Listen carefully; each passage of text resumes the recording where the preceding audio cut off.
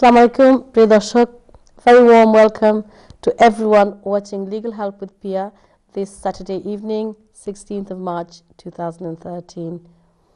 আমরা প্রতি সপ্তাহের মতো আজও এসেছি আপনাদের সামনে অনেকগুলি ডিসকাশনস নিয়ে, তারপরে আপনাদের আইনি সব সমস্যার সমাধান দেওয়ার চেষ্টা করে থাকবো আমরা আপনাদের ফোনের মাধ্যমে, তারপরে আপনাদের ইমেল ও চেষ্টা করব উত্তর দিতে যতটুকু পারি।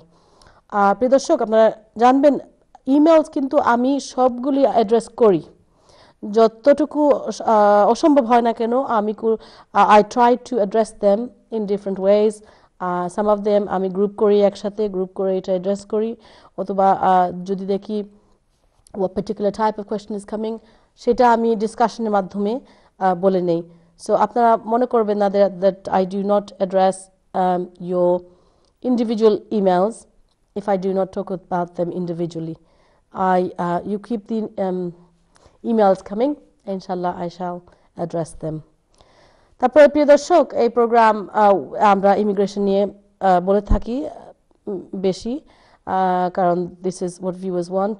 Today we would like to introduce employment law. Of course we also address family law issues as well and try to give you solution to those. So আপনারা ফোন করুন, আমরা প্রস্তুত আছি। আজকে আমাদের সঙ্গে আমার সঙ্গে আছেন একজন অতিথি। He's a very nice gentleman and a favorite person of mine is Mr. Kamrul Hassan, who is the principal solicitor in MQ Hassan Solicitors. Kamrul Bhai, thank you very much for taking the time to come to my show. Thank you. And thank you very much for giving me an opportunity to be here. Thank you. Thank you. Dashok, we want to talk about asylum. Asylum is an area that we have covered before, but I want to cover again. Asylum, apnara janen, there are three aspects to it. Last week I have some emails about from a woman. Last week bodhoy ekta call peyechilam from a woman who was suffering domestic violence and things like that.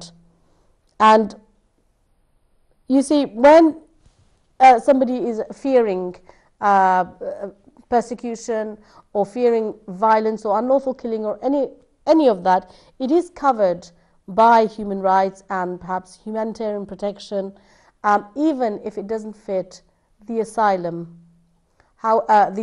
definition. However, one would need to apply for asylum. Asylum ki ami jigyesha korbo Mr. Hassan ke to explain briefly what asylum is. Thank you. Thank you. 1951 যে convention আছে, এখানে যে কারা আসলাম status পাবে সে সম্পর্কে বলা হয়েছে। সেখানে যেটা বলা হয়েছে যে a asylum seeker must show that he has well-founded fear of persecution due to race, religion, nationality, political opinion, and membership of a particular social group, and he is unable or unwilling to get protection from the authority of his own country. এটি হচ্ছে 1951 এর কনভেনশনে definition দেওয়া হচ্ছে। এক্ষেত্রে মূলত যেটা দেখাতে হয় যে asylum seeker যখন asylum seek করে, he has to show that his life was in danger in his country of origin due to those reasons I have mentioned. তো সেক্ষেত্রে বেশিরভাগ ক্ষেত্রে আমরা যেটা দেখতে পাই যে পলিটিক্যাল ওপিনিয়নটা সবসময় দেখতে পাই। অন্যান্য যেটাও আছে, যেরকম শ্রীলঙ্কা থেকে যারা আসে সেক্ষেত্রে তাদের এথনিসিটির কারণে তামিলরা পারসিকিউটেড হয়েছিল। তারপরে সোমালিয়া থেকে যেটা আমরা দেখতে পাই সেটা হচ্ছে যে দুই এথনিসিটি তারা মারামারি হানাহানি করছে। তারপরে আমরা সুদানের দেখেছি যেটা সেক্ষেত্রে এথনিসিটির কারণে। আর বাংলাদেশ থেকে যেসব কেসগুলো আসে বেশিরভাগই দেখা যায় কিন্তু পলিটিক্যাল ওপিনিয়নের কারণে।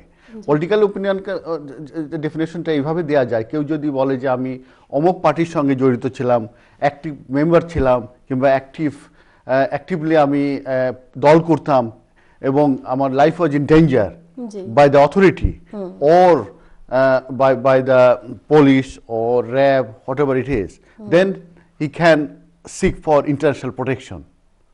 এটাই হচ্ছে মূলত অ্যাসাইলাম। তো এই ক্ষেত্রে যে অ্যাসাইলাম সিক করতে গেলে দুইটা ওয়েতে অ্যাসাইলাম সিক করা যায়। একটা হচ্ছে যখন কেউ যদি বাংলাদেশ থেকে আসে, at the port he can ask for asylum, he can seek for asylum. আর যখন সে ইন কান্ট্রি চলে আসবে, আগে যেটা ছিল জাস্ট ওয়াক ইন হলে অ্যাসাইলাম সিক করা যেত, asylum screening unit at Croydon. এখন ওইটা আর সেই সিস্টেমটা নাই। এখন যে সিস্টেম করছে সেটা হচ্ছে যে একটা ফোন আছে, ওই ফোন নাম্বারে ফোন করতে হবে অ্যাসাইলাম স্ক্রিনিং ইউনিট অ্যাট ক্রয়ডনে। তখন ওরা প্রথমে একটা বেসিক কথাবার্তা বলবে, বলার পরে ওরা অ্যাপয়েন্টমেন্ট দেবে এবং they will confirm in writing. তখন ওই অ্যাসাইলাম সিকার তখন তাদেরকে অ্যাসাইলাম ওই ওই ওই ডেট এবং টাইমে তাকে আপনার ক্রয়ডন অ্যাসাইলাম স্ক্রিনিং ইউনিটে যেতে হবে। যাওয়ার পরে he will be interview, that is called screening interview, and he will be fingerprinted, he will be ফটোগ্রাফড।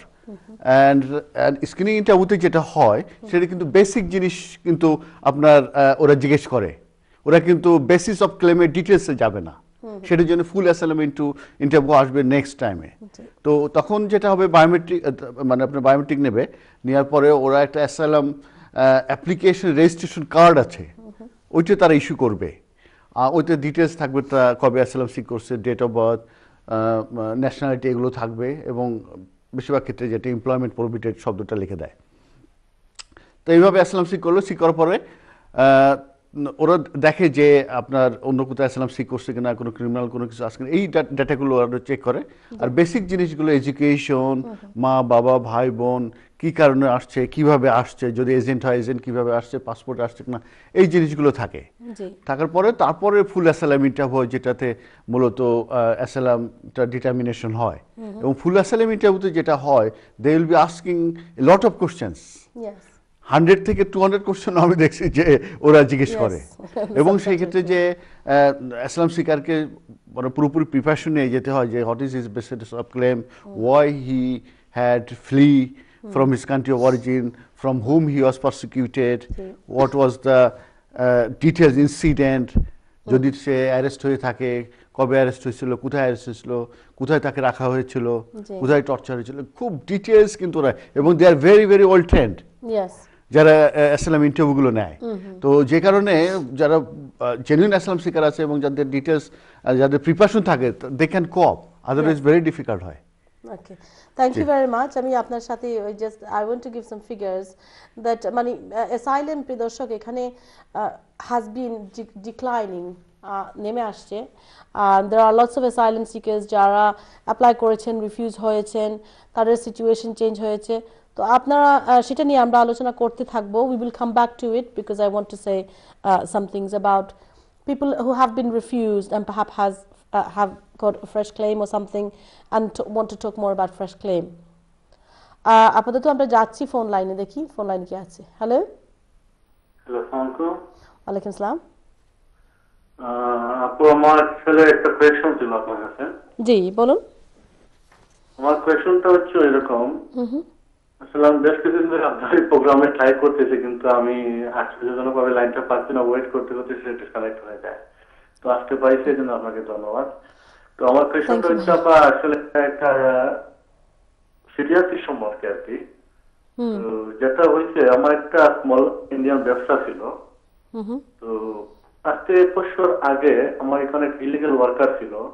তো হঠাৎ করে একদিন ইউকে বর্ডার এজেন্সি এসে আর 8 মাসে তো এখানে একটা ইলিগাল ওয়ার্কার পাইছে। তো আমি সবগুলাই স্বীকার করছি। ওরা আমাকে পরবর্তীতে মানে 5,000 পাউন্ড সিভিল পেনাল্টি বইলা ফাইন করছে আর কি। তো আমি সিভিল পেনাল্টি 5,000 পাউন্ড একটা মিনিমাম মান্থলি পেমেন্ট হিসাবে 120 পাউন্ড করে প্রতি মাসে মাসে এই পর্যন্ত পে করে আসতেছি। জি। তো রিসেন্টলি আমি ভাবলাম যে না, আমার তো সিটিজেনশিপ করা হয় নাই, করবো বলে তো ওইটা আমি করে ফেলি। তখন নতুন যে সিটিজেনশিপের ফর্ম যেটা 2012 ডিসেম্বরে যেটা আছে, ওইখানে আছে গুড ক্যারেক্টার ইনফরমেন্ট যে দুইটা অপশন। জি। তো ওইখানে লাগছে আমি আমার যদি কোনো এরকম, আপনারা তো জানাই আছে, তো ওইখানে আমি এগুলা কি ম্যানেজমেন্টে মানে বর্ণনা করতে হবে না আমাকে যে আমার সিভিল পেনাল্টি ছিল? যদি আমি এগুলো উল্লেখ করে দেই তাহলে কি আমাকে ওরা সিটিজেনশিপ দিবে? আপনি ডিসক্লোজ, জি জি, এটা বলে ডিসক্লোজ, আপনি ডিসক্লোজ করতে হবে ভাইয়া। আপনি এখানে লিখতে হবে আপনার ফাইন যদি আপনি দিয়ে দিয়েছেন, যদি শেষ দেয়া তারপরে লিখতে হবে, আর যদি এখনো দিচ্ছেন তারপরে লিখতে হবে। এটা একটা ফাইন, আপনার উপর একটা ফাইন হয়েছে, এবং সেটা যদি না দেন আর তারা ফাইন্ড আউট করে কিন্তু আমি অলরেডি ফাইন দিতেছি, আমার একটা মান্থলি মিনিমাম পেমেন্ট প্রত্যেক মাসে আমার অ্যাকাউন্ট থেকে 100 করে যাচ্ছে। না, ঠিক আছে, হ্যাঁ। যে আমি যখন অ্যাপ্লাই করব, আমি কি ওই গুড ক্যারেক্টার রিকোয়ারমেন্টে আছে, আমি অ্যাপ্লাই করলে কি ওরা আমাকে ভ্যাকেন্সি দিবে নাকি ওটা রিজেক্ট করবে? আপনি এক্সপ্লেনেশন দিবেন আপনি যে দিতেছেন বা সেটা তাদের উপরে বেসিক্যালি কিছু সময় যেতে হবে আমার মনে হয় ভাইয়া। He has to wait about 3 years, isn't it? না, সেটা তো নন কাস্টোডিয়ান যে নন কাস্টোডিয়াল অর্ডার। এই ক্ষেত্রে যেটা যে আমার যেটা মনে হয় যে এই পেনাল্টি এইগুলো ক্যারেক্টার মানে গুড ক্যারেক্টার এইগুলোর ভিতরে আনার চেষ্টা করেছে, তবে যেহেতু আপনি কমপ্লায়েন্স করছেন, যদি আপনি ফাইনটা না দিতেন then it would go against you, এবং সেটা হতো যে ব্যাড ক্যারেক্টার হিসেবে ট্রিট হতো। যেহেতু আপনি এটা কমপ্লায়েন্স করছেন এবং আপনি মান্থলি ইনস্টলমেন্ট দিয়ে যাচ্ছেন, আপনার যেটা উচিত হবে আপনি এটা ঠিক দিয়েন যে ইয়েস সিভিল পেনাল্টি আছে, এবং আপনি এক্সপ্লেন করেন যে আমি এই ফাইনটা আমি দিয়ে যাচ্ছি। আমার মনে হয় যে যদি আপনি এক্সপ্লেন করেন তাহলে কোনো অসুবিধা নেই, যদি এক্সপ্লেন না করেন, যদি ডিসক্লোজ না করেন, তখন ব্যাড ক্যারেক্টার ভিতরে পড়ে যাবে। তো আমার মনে হয় না যে আপনি যদি এক্সপ্লেন করেন এবং ওদেরকে ওইভাবে দেন, জানাই দেন, তাহলে আমার মনে হয় না তেমন একটা প্রবলেম হওয়ার কথা। জি, আশা করা যায় আমি ওরা একটা টিউশন গ্রান্ট করবে, তাই না? জি। এবং মানে এই সিচুয়েশনে আপনি কিভাবে মানে যদি কোনো মিটিগেটিং সার্কামস্টান্সেস থাকেন যে কিভাবে আপনি ইলিগাল একজন মানুষকে এমপ্লয় করলেন, আপনি হয়তো ভালোভাবে চেক করেননি, যে কোনো যদি মিটিগেটিং সার্কামস্টান্সেস থাকে যেগুলো আপনার সিচুয়েশনকে হেল্প করবে আর তাদের প্রতি একটা দয়া আসবে, আপনার প্রতি একটা দয়া আসবে তাদের, সেই ধরনের ইনফরমেশন আপনি দিবেন, কিন্তু এটা ডিসক্লোজ করতে হবে, না করলে আরো। আরেকটা কোয়েশ্চন আপু। জি বলুন। আচ্ছা, ওই যে ওইখানে আছে না ওই যে ট্যাক্স রেফারেন্স বলে একটা ওয়ার্ড আছে, তো আমার এটা ওই সময় আমি এখনো 2 বছর হয় নাই, আমার কোনো ট্যাক্স কোড আমি ওইখানে মানে কোনো ট্যাক্স মারতেছিলাম না আর কি, মানে ট্যাক্স মারার মতো বিজনেস আমার নেই এখানে। তো ওইখানে ট্যাক্স কোডে আমি কি ট্যাক্স দিব নাকি না দিলেও চলবে? ট্যাক্সের ব্যাপারে বলছে জি, কি শব্দটা? ট্যাক্স। ওই যে ওইখানে এমপ্লয়ার রেজিস্ট্রিতে একটা ইয়ে আছে না, ট্যাক্স কোড রেফারেন্স নাম্বার চাই ওরা। ট্যাক্স। আচ্ছা, আমার আসলে ট্যাক্স কোড রেফারেন্স নাম্বার নেই, মানে আমার বিজনেস থেকে আমি কোনো ট্যাক্স কোড এখনো পাইনি বা আমি এটা করিও নি। আপনি কি সেলফ এমপ্লয়েড?